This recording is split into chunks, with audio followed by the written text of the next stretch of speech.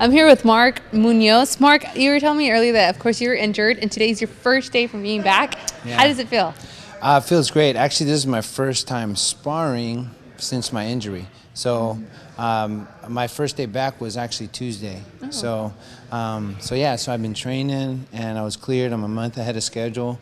It feels great, man. It's awesome. I just told somebody today, it's like, it just feels good to move, and just punch and, slip and get back to where I was.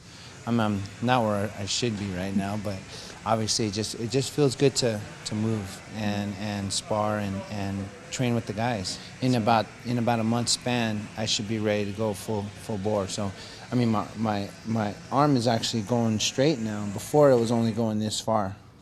So now I'm almost straight. So I don't have to step in as much. I can sit on my punches. It's pretty crazy how you kind of just grit and bear it. And I didn't know what was wrong with my elbow until finally it was too much to bear, because I had injured it, and then it was too much for me to just. My arm was locked, and it was hurting so bad, and there was grinding in there. So I needed surgery, and that's what happened, and that's what got me up to this point. And had that injury not happened, though, I would have kept going, because I don't ever stop. And a lot of my teammates said, "This is good for you. You need to gain weight." And 35 pounds later, I've gained a lot of weight.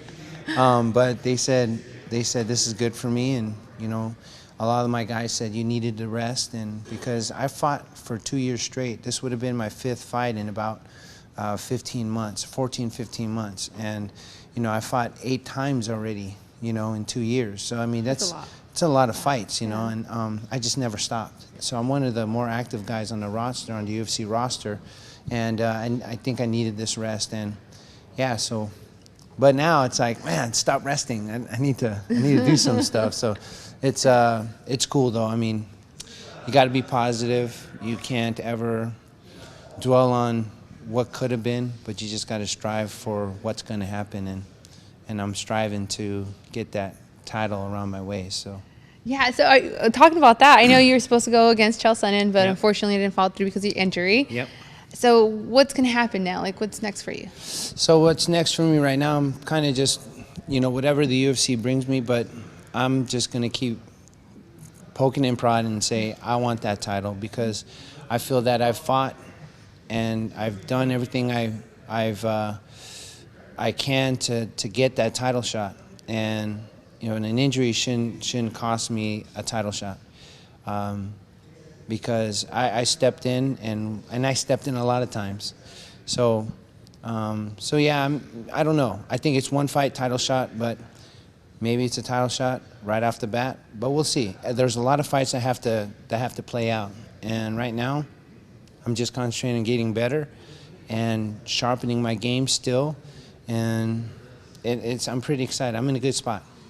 We were talking about earlier that you go way back with Chael Sonnen, wrestling career. Tell us about that. Yeah, so we go back in our wrestling days, our collegiate wrestling days, and we wrestled at the same weight class. And he was one of the teams that we actually dueled against. Dual meet is when two teams compete against each other in a competition type style. You face each other off and you wrestle. So I ended up wrestling Chael, and he actually tried to hurt me in the match. I ended up getting upset, and they ended up wrapping and taping my ankle in the match, and I ended up finishing the match and beating him up pretty bad because I ended up getting mad. So, but now, I mean, that's kind of water underneath the bridge now, and we're managed by the same manager, and he, I mean, we talk about wrestling a lot. Wrestling to us is the fabric of which MMA is clothed. You're telling me you're managed by the same managers. Mm-hmm. How is that? Chael Sonnen's your friend. Anderson Silva's your friend. Isn't that tough? Yeah. And also, do you fight different, like on the octagon, once you're fighting against someone you actually know, like your friend? Yeah, it's a touchy subject, and trust me, I don't like fighting my friends. Don't like it. I've learned to deal with it because of wrestling. You wrestle your friends all the time. And wrestling is like a fight. it's just like a fight, but there's no punches, there's no elbows, there's no knees, there's no kicks, there's none of that, but there's a lot of, like, you try to break each other's will, and essentially that's what you're trying to do inside the octagon. Having said that, Anderson is my friend, Chael is my friend, and I got to look at it as a competition. I can't look at it as we're friends and we're fighting. No, I can't do that. But it's a competition. Anderson has the belt, and I want to be a champ. And Chael wants to do the same thing. And in order for us to get to the belt, we got to compete against each other. So we'll see what happens. There's a lot of matches that there's a lot of fights that have to play out, and we'll see what happens. And I'm willing to put that aside, our friendship aside, for 25 minutes, and then afterwards we can take each other out for dinner, and maybe like years down the road when our kids are playing together, we can say, hey, remember that time we fought against each other? It was an awesome fight. We entertained the crowd, and look, now we're having pina coladas on the beach. You know? You know, I mean, that's what it's all about. Like that, it should be like that, and you know, that's, for me, that's, you know, that's, I try to look at it that way. You know, it's hard though. Yeah. I mean, when you're actually inside the cage, and I've had to fight my friends on a number of occasions, and it's hard. It really is. But it's what we do. Yeah. And it's competition, and you just got to look at it that way. Okay, so I want to talk about now, I was here for your grand opening. Yeah. And it's the premier MMA gym now. Like, did you ever expect it to grow and be so successful? No. And the reason why I say that is I never want to expect more, but I work hard to be able to get to where I'm at, both in my career as a fighter and in this gym. Like, I work extremely hard, and I spend a lot of days in this gym, and my family does. My wife is here, my kids are here, and you know, I train and I stay here, and you know, a lot of my kids are here, and this is what they know.